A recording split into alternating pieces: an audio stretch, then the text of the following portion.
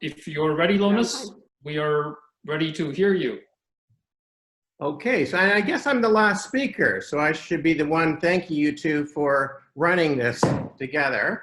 It must have been a lot of work putting this on. So I don't know if you know, but there's a pandemic going on. And that's going to be the talk here. I'm going to link theory and data. It will be game theory. And at the very end, I'll tell you how the pandemic will end. So this is a multi-author paper because theory met data and then data had data problems. And so anyways, there's a map here that shows where we are respectively from. Two of us at Wisconsin, one at the Fed in San Francisco, one in Princeton, one in Texas, and one in Singapore. Okay, so you guys have also probably learned from all the news that there's an SIR model that has now come into the common lexicon that supposedly describes what transpires in a pandemic. The SIR model is linear. Linear things are tractable. Unfortunately, it makes extreme predictions, especially later on in the contagion. And coincidentally, it ignores human behavior. So this talk will discuss a revised version of the SIR model, the behavioral SIR model, and it's going to account for optimal avoidance behavior in a Nash equilibrium. It will turn out to be not linear, but log linear, and so it will still be tractable. It won't make the extreme outrageous predictions of the SIR model, but it will subsume the SIR model as a special case when the disease is not very infectious or the disease losses are not that great. And so it would allow us statistically to reject the SIR model because it'll be a proper subset of the space. It happens that for swine flu, where this project began, amazingly, COVID has spawned a vast number of papers. They were just spreading like a virus. And all the papers on COVID, they somehow infected the world around March of 2020. And especially in the macro community, they were able to turn these papers around in 4 weeks, 6 weeks.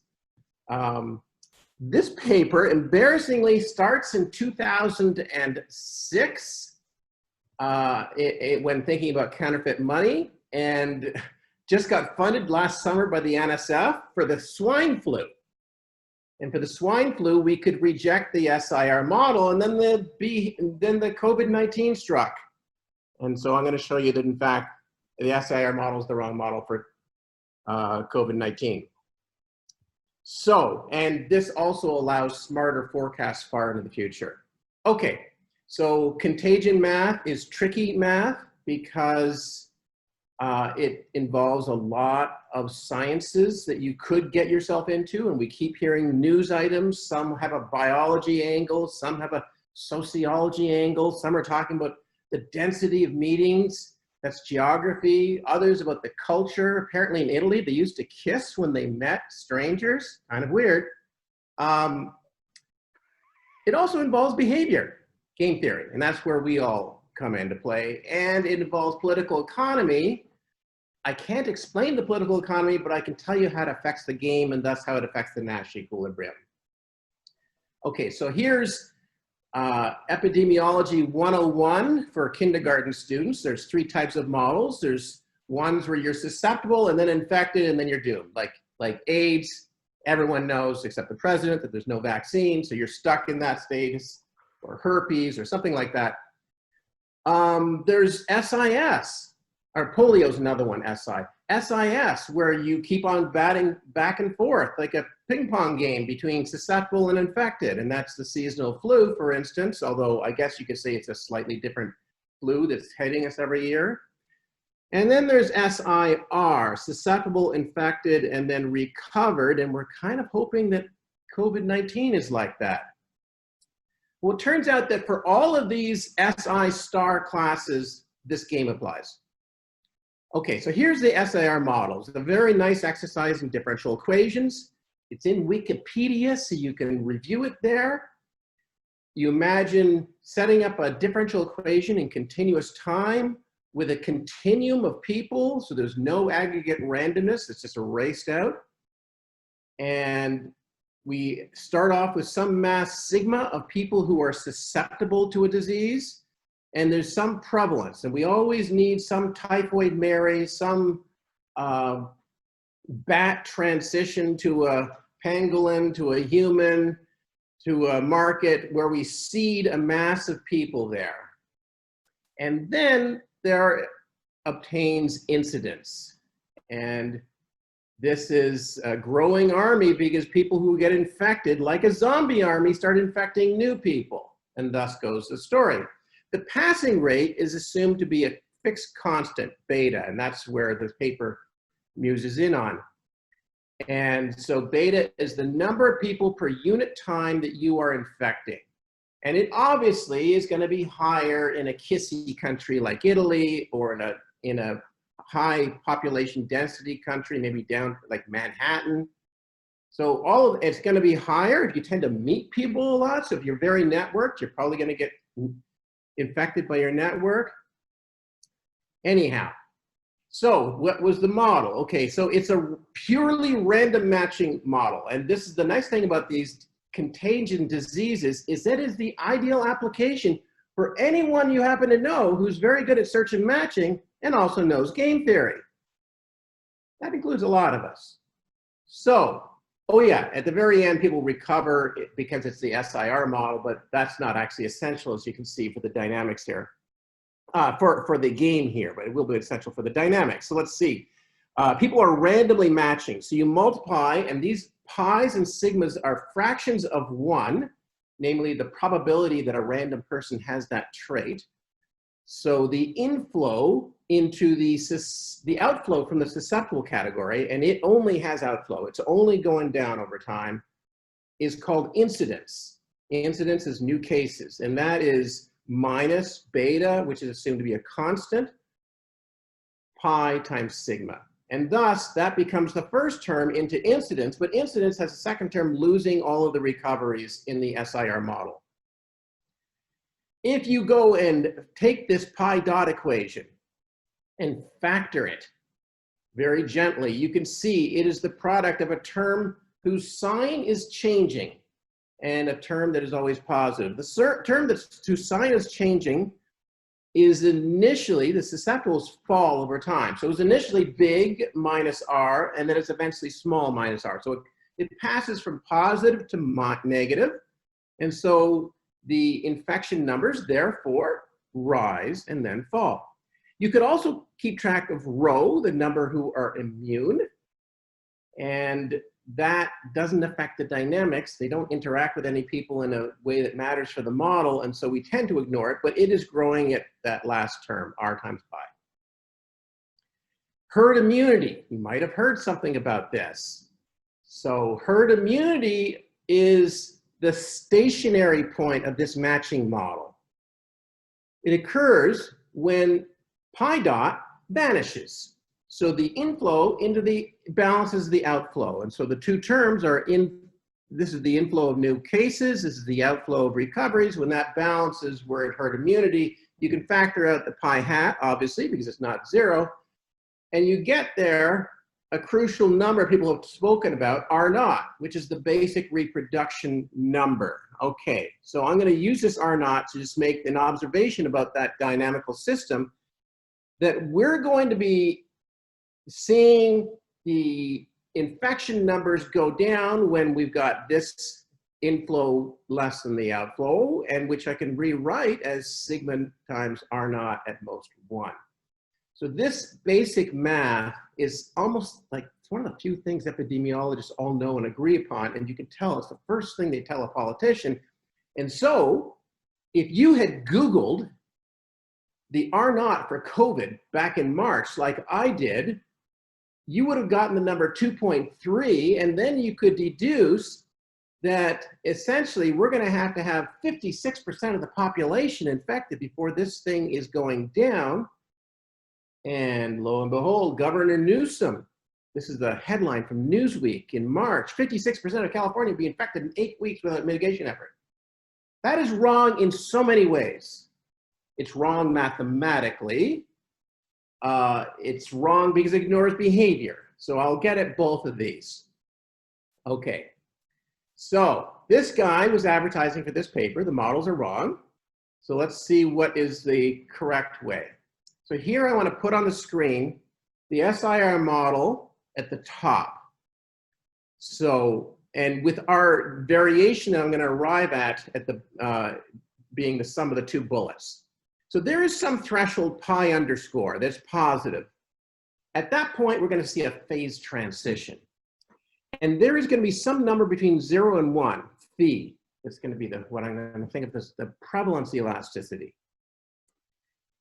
And as long as the prevalence is below pi underscore, we just proceed on our merry way according to the SIR model. This will be what we call the chill regime. But when we pass this threshold, poof, there's a discontinuous change in the slopes on the right-hand side, but there is a continuity at the transition. At that point, we're going to see no longer linearity in pi. It is no longer going to be the case that if there are twice as many people who are infected out there, we will lead to twice as many new cases today. Okay, it's going to have an elasticity phi that'll be less than 1. That will reflect human behavior. There's another term here that's needed in order to make it so that these two regimes are continuous at this transition.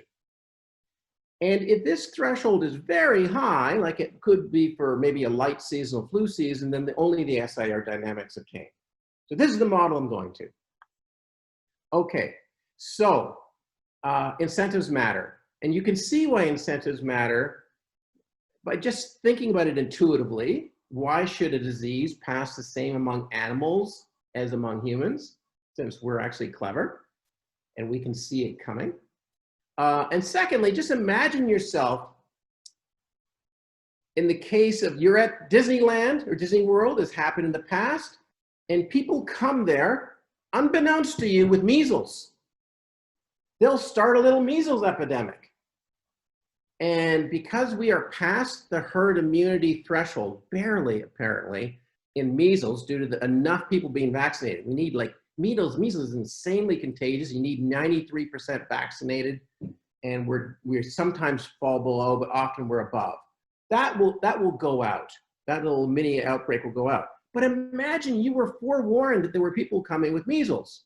You'd be very careful about interacting with them. So incentives matter, and epidemiologists have thought that incentives matter. So what they did was they just simply exogenously modified their SIR model. We think people should behave this way or that way. And essentially what's transpiring in the epidemiology literature over the last 20 years in this effort to deal with the fact that they think the SIR model is deeply flawed corresponds to what went on in macroeconomics in the 50s and 60s with this adaptive expectations. And at some point, Lucas came in and said, we need to close this loop with equilibrium. None of these expectations are surviving the test of introspection, i.e. people re-optimizing. And you can see what would happen here.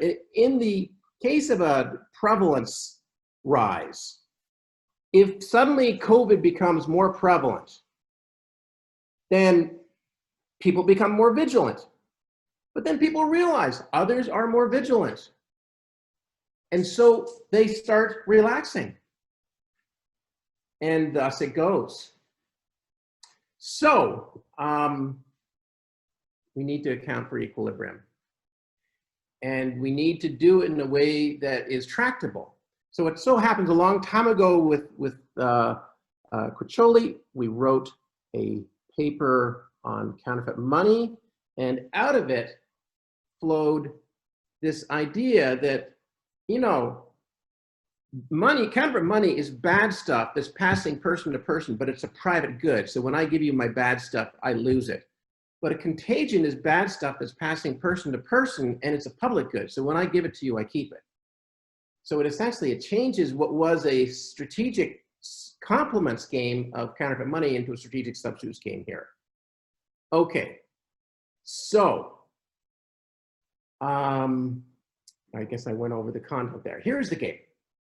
It's the world's biggest game. We're all a player in it now. So we're going to assume there's a continuum 0, 1, although what's interesting as a theorist is seeing how you translate these idealized theoretical assumptions into ones that can be measured in the data. So that's another battle we faced. There is one loss that you can incur, that is death, or maybe the expected value of death and hospitalization. I'll just call it a loss L. There is one action that is taken. It's vigilance. And what I want to do is do a quasi-linear model. And so I might as well just renormalize the action by its cost. So vigilance V is some costly avoidance action that will cost me V. And people are out there to minimize expected total losses. You can actually see that people understand. Here's surveys. Percent of Americans who understand how the coronavirus spreads and whether or not people's actions influence it. And there's basically almost everybody understands that fact. So this is a model whose assumptions seem to be agreed. Here's a little meme that's going around pointing out one of the ways you can think of engaging in avoidance behavior that's actually being advertised. And these numbers, 75 and 1.5, do not make any sense. They have some sort of log supermodularity to them. I'm going to assume some sort of multiplicativity right now. Okay, so the goal is to set up a game that captures avoidance and have it tractable and hopefully have it something that epidemiologists are familiar with so that it would produce the SIR model in some cases. So here was the effort that took some time at arriving. There is a filter function, f of v. And f of v will linearly scale down the passing rate.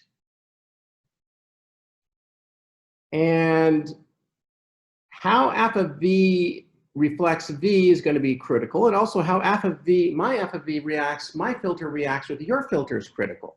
So I'm going to assume that the actual passing rate beta is scaled down by a product of two terms, which is not reflected in that previous meme I gave you for masks. It's my f of v times your f of w. And this filter function, if I put in 0 vigilance effort, I get no filtering. So it just passes right through. If I put in infinite vigilance, I get perfect filtering. In general, we want to have efficacy with diminishing returns, and so we want to have something like that.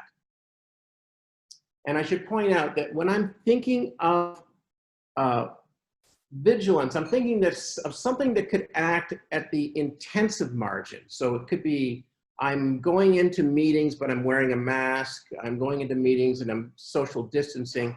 Or it could act at the extensive margin. Maybe I'm just not going into that meeting. So in that case, f of v could be the fraction of meetings that you actually decide to keep. So if I was a theorist, I'd be leaving it at that level of generality, but I want epidemiologists to use this. So now I'm going to pick a function that's going to correspond to nice economics. It'll correspond to constant elasticities that'll have all those properties, and it's going to be this hyperbolic function. 1 plus v to the minus gamma. So think of 1 as a baseline level of vigilance that we all naturally have because we don't tend to go up to people and lick them. Okay? So 1 you get for free, and that obviously is cultural. Everything else takes effort. So essentially, this is going to be something that would have constant elasticity in terms of a mythical total vigilance, v equals 1 plus v, but obviously it doesn't quite have constant elasticity in terms of v.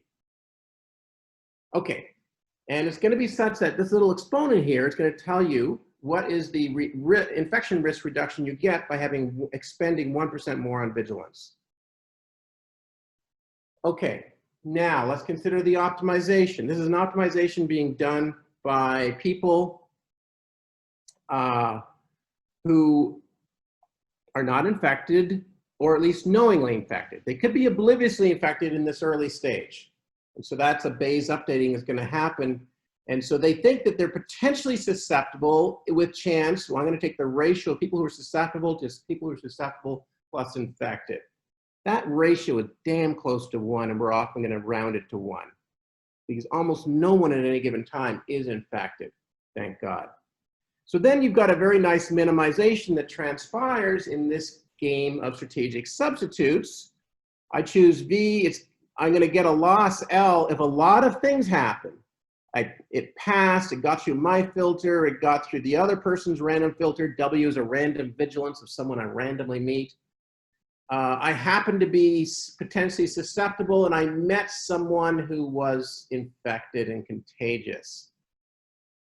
Now, with this particular F function that we've done, the constant elasticity one, we have to worry about corner solutions. And this was an omission from the NSF proposal. And so what reflects here is everything that's part of the team of the sickest of us. And there's a lot of changes that transpired over my NSF proposal. But there is a corner solution that's absolutely critical here. Now, everyone's facing the same optimization. And I've assumed everyone's ex-ante identical. So there will be a pure strategy equilibrium. Everyone's going to make the same choice. I'll call that choice B star. Now let's try to graph this choice V star in a nice space. We call the flow disease loss delta. It depends upon my vigilance, everyone else's common vigilance V star, and according to this product. Okay, so here's a very nice minimization exercise. And if everyone were choosing 0 vigilance, then I'd be very vigilant. I'm the only one who's being careful, so I'm going to do it. It's like if you go to the gym and you know that everyone's washing the equipment, you're not going to wash it with much chance, hereby describing my own past. But if no one's washing it, you can be very vigilant. But in the Nash equilibrium, when everyone's playing V star, and if I'm going to choose V star, and really I guess I should put a line through here that is the diagonal that represents the Nash equilibrium assumption,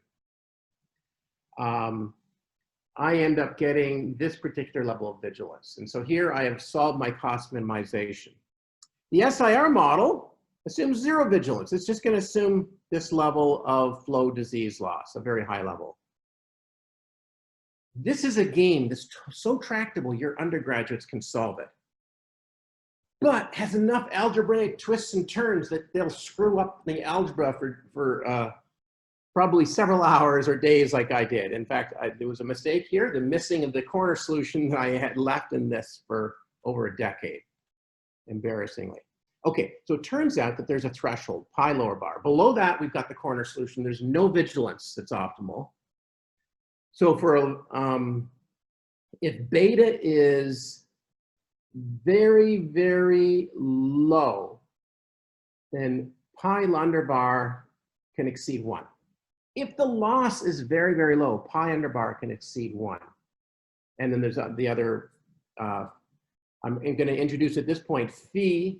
Phi is related only to this gamma filter elasticity. It's 1 over 2 gamma plus 1. And it doesn't depend upon anything else. And that's the interesting thing. We set up a game here, and the game is going to have some very strong implications, which is going to be something we're kind of at the mercy of the data. Is this true? There is a unique Nash equilibrium for any prevalence. In some interval from 0 to pi lower bar, as I said, the vigilance is optimally 0, and after that it's increasing. I'm going to call this the prevalence threshold, and this prevalence threshold, as I just argued, is falling in L and beta. It's going to be rising in phi, for whatever that matters. This is a Nash equilibrium, I should underscore, with a continuum of agents. And so you might think, why are they behaving in a myopic way? But even if they're farsighted, in a continuum game, you have no impact on anyone else. So you must myopically best respond to play that period. So this is pretty close to without loss of generality, except that the loss. You could say maybe if I'm forward looking, and if I know that I care about all my future expenditures on effort, on vigilance effort, then maybe I'm going to think that the loss is epically huge if the contagion's about to be over. But if the contagion is like 10 for the next 10 years, I just can't motivate myself to do that. And So you could tell stories where the loss would change. But basically, for whatever the loss is, L, what we're saying logically has to happen. Okay. So I say this because there are papers out there with forward-looking behavior, and it's kind of baffling to imagine, especially since no one really knows what's going to happen in this contagion. Okay, the passing rate, the behavioral passing rate reflects the fact that people have to get the disease passed to them, and it has to pass through both of their filters. So f of v star squared. It so turns out that the constant elasticity in the vigilance beautifully yields a constant elasticity in the prevalence. And here's the behavioral elasticity. Below the threshold, it's the chill SIR1. Above the threshold, it is falling. And it's geometrically falling. And just as a heads up, essentially the SIR model is saying that if you double the infection numbers, you're going to double the incidence. Whereas here, I'm going to use the fact that the elasticity of the product is the sum of the elasticities. And so the incidence prevalence elasticity is going to reflect the unit elasticity of what happens if you double people.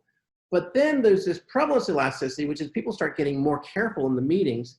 And all in all, we end up with a prevalence elasticity of phi. Okay, so here's the graph of what's going on. If you like graphs better, above some prevalence threshold, the prevalence starts falling hyperbolically, and thus the incidence starts rising geometrically, does not rise linearly. Lonas, can I interrupt you for a second? Yes. There's a question from Caroline Thomas. So Caroline, if you want to unmute yourself. Hi, yeah, sorry, just to clarify, but the assumption here is that pi is observed or that it's correctly inferred? Pi is inferred or observed. And pi is also people who are contagious but asymptomatic and so on. So we know when the disease started to infer it correctly? Keep in mind that pi is a continuous function of time. So it's true that you don't know the people who've been infected in the last 3 days, and those would be the people who would be infected and not showing up in data, but you can very easily infer it. Okay, thanks.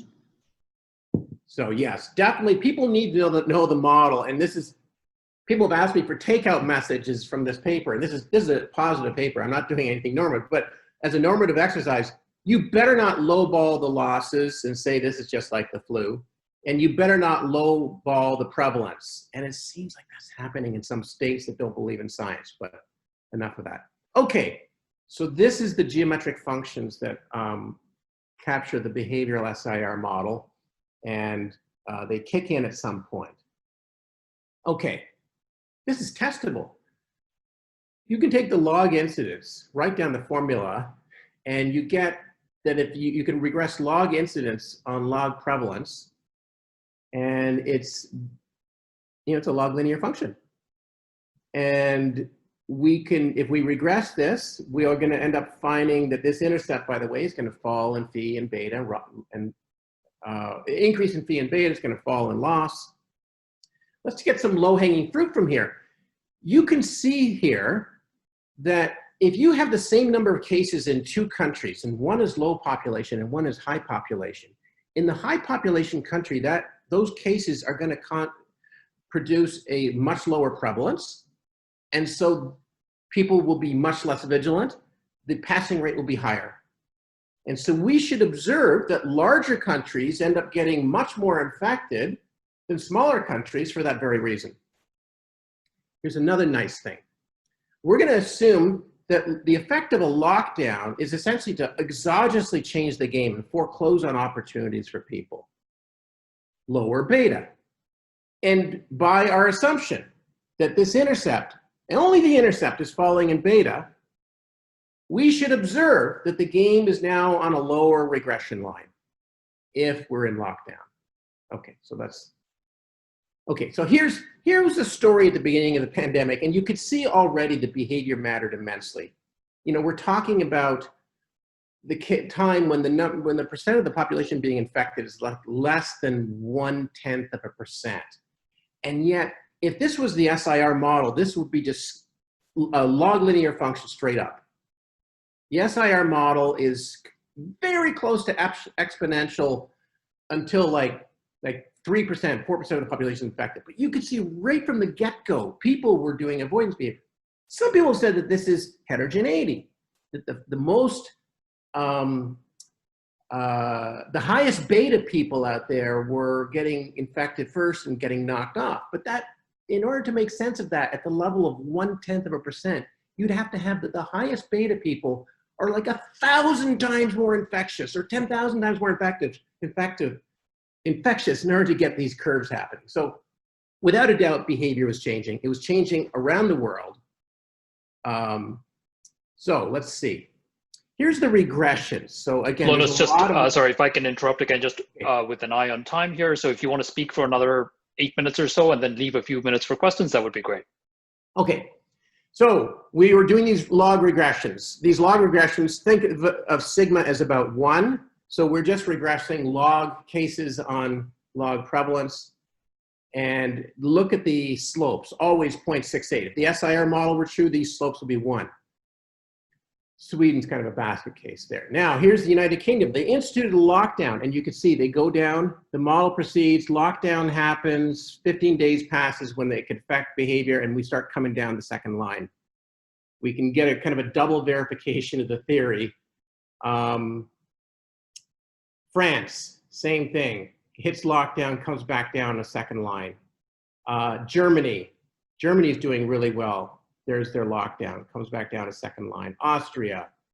Then there's some basket country cases. Mexico didn't do anything. It's just following the line. Look at this, 0.61 slope in this. The theory works, game theory works. Here is Brazil, 0.83 slope. Here is Chile, 0.83 slope. New Zealand, they got rid of it. They came up here, they instituted a lockdown, they came back down this line here. Here is the state of New York, severe lockdown, they're coming back down this. I'll skip over that. Here's New Jersey. New Jersey, also a very effective lockdown. California, no. California might well be the sum of 2 stories, north and south, that are different, so I'll not comment on that. Florida, kind of a basket case. Texas didn't really do anything. Okay, so bottom line, behavioral SIR model is these equations here. They still have the same property of the SIR model. They are hump shaped. By the way, there's this log plot that you've seen going around the world, going around social media, I should say, and it's related to what we have to say, although we argue that this is actually not a line, it's slightly curving, and we have the formula for it.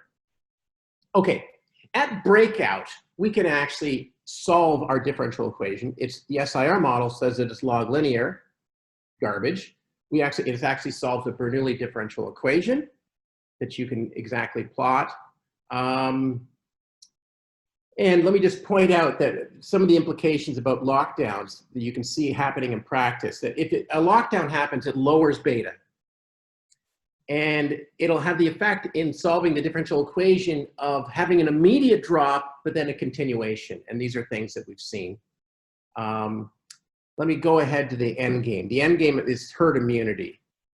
And herd immunity is going to happen at a lower level when we have our behavioral effects.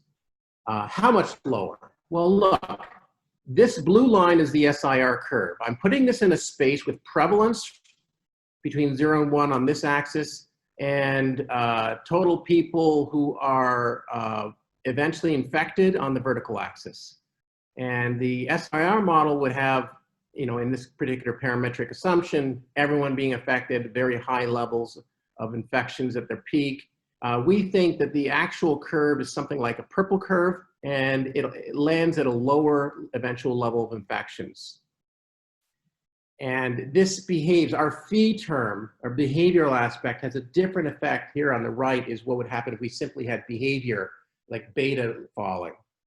Now, you can plot these against time, and you can see that the SIR model is giving some incredible spike of cases right here, and eventually everyone getting it. We didn't see that. We think that it's actually this sort of 0.8 level is what's going on here. I will end this. How much time do I have? If you wanted to take another 4 minutes, that would work. Okay. So the key thing I want to point out at the very end is that herd immunity is about the steady state of the system, but we're only at the steady state for a moment. And then the contagion goes on. So herd immunity means a lot when we're not in a pandemic. What it means is if someone goes to Disneyland who's infected with measles, that's going to die out really quickly. But in a pandemic, it's really misleading to talk about herd immunity because after that point hits, here's this, the fire has peaked, it's safe to go back into the house now. When the fire has peaked, that's herd immunity. Doesn't mean it's safe to go back in the house now.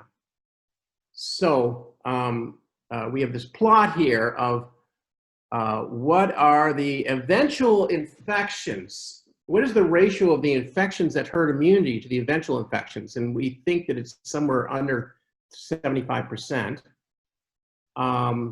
And you can see this happening. So now let me end with swine flu. The project started with swine flu, and swine flu went to herd immunity.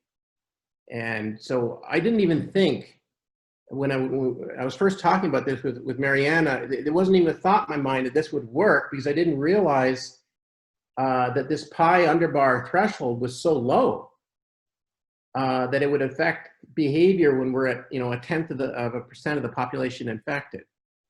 But swine flu was, okay, so here we have in the same space. On the horizontal axis are infection numbers. On the vertical axis are people who are eventually infected, or if you want, we can lump in there people who are immune by vaccination, because that actually happened with swine flu. So swine flu was, it came in 2009, in the spring of 2009. Around the same time that COVID came in 2020, swine flu came.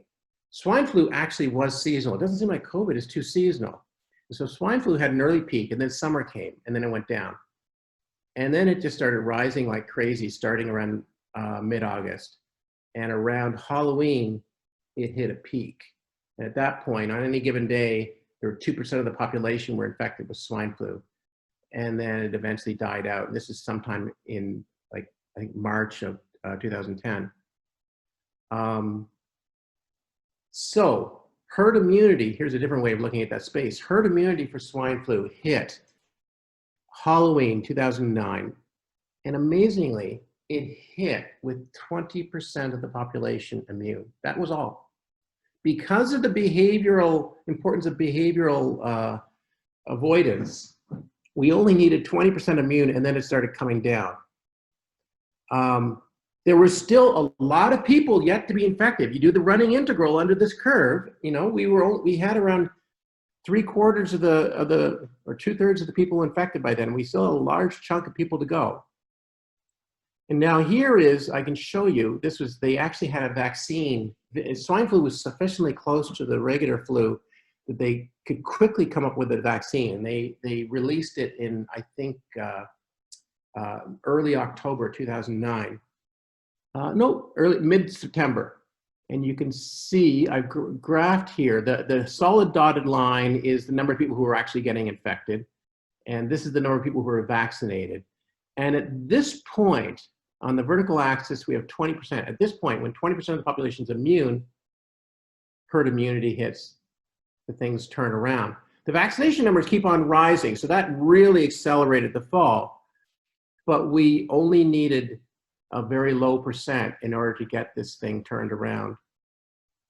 So hopefully the herd immunity that we get here is herd immunity that's mostly from vaccination.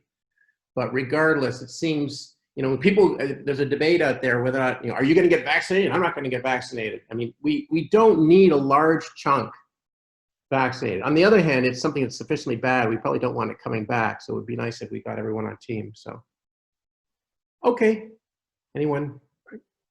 Thank you, Linus. So yeah, we do have a couple minutes for questions or comments. Well, Deep, okay, go on. No, you start. I have a question regarding the SEER and the behavioral SEER. The SEER, you assumed it's a model where R naught is being constant, but many of the epidemiologists look on the model when they have the R being variable in time, assuming it's a result of the behavior of the people.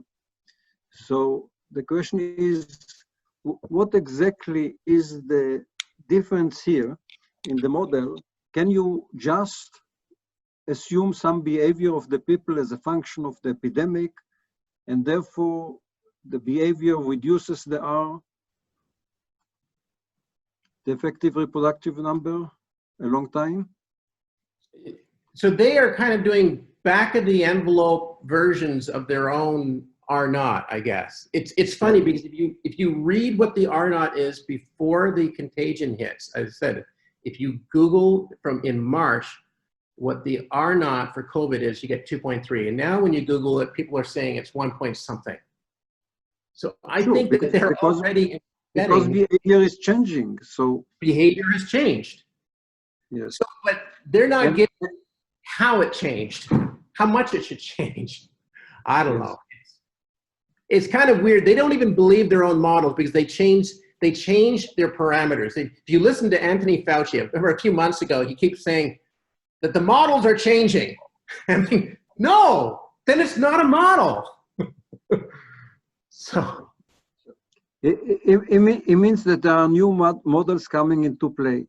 But I have another question. Here, we know all the story with the herd immunity and its relation to the R naught, and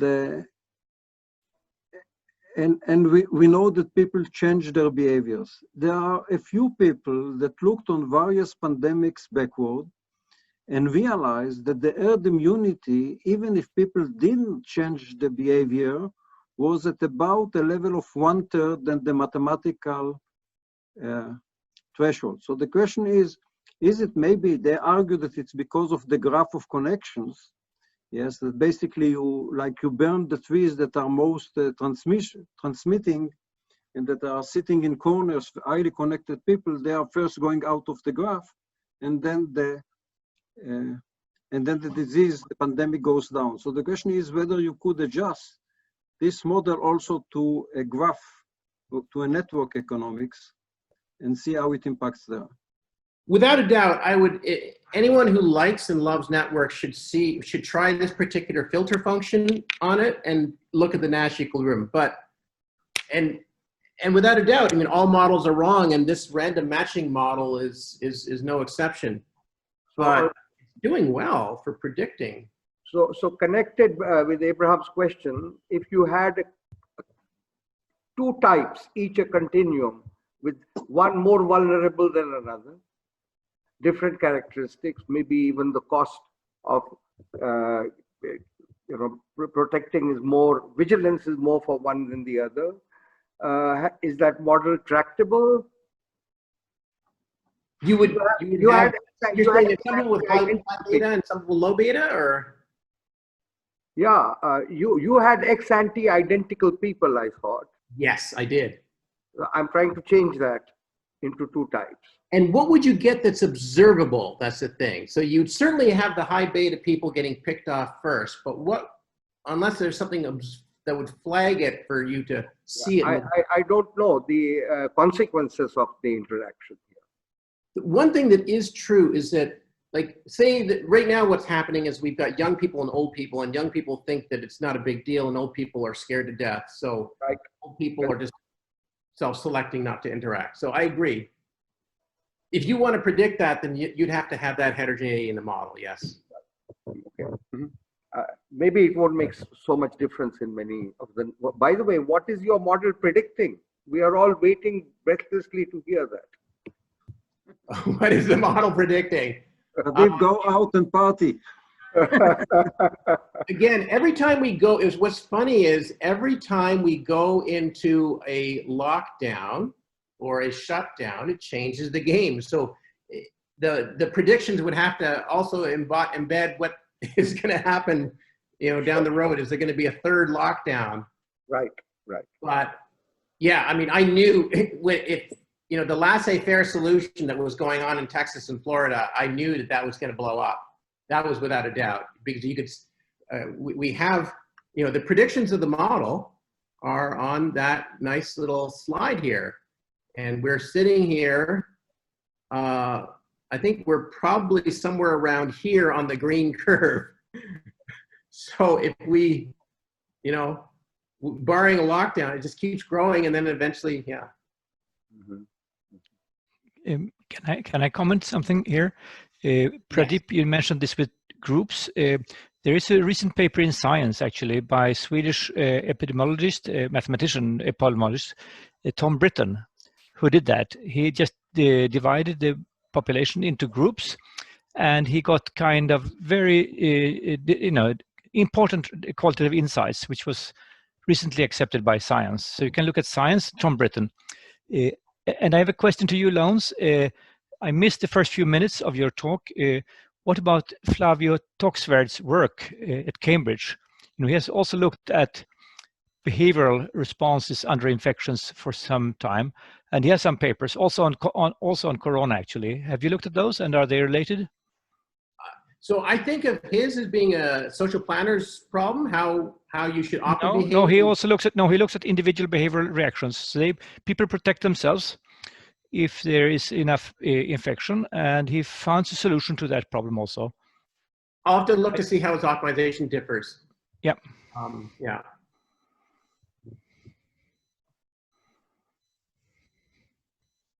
Very important topic. Very nice modeling. Okay, so on that note, thank you, Lonas.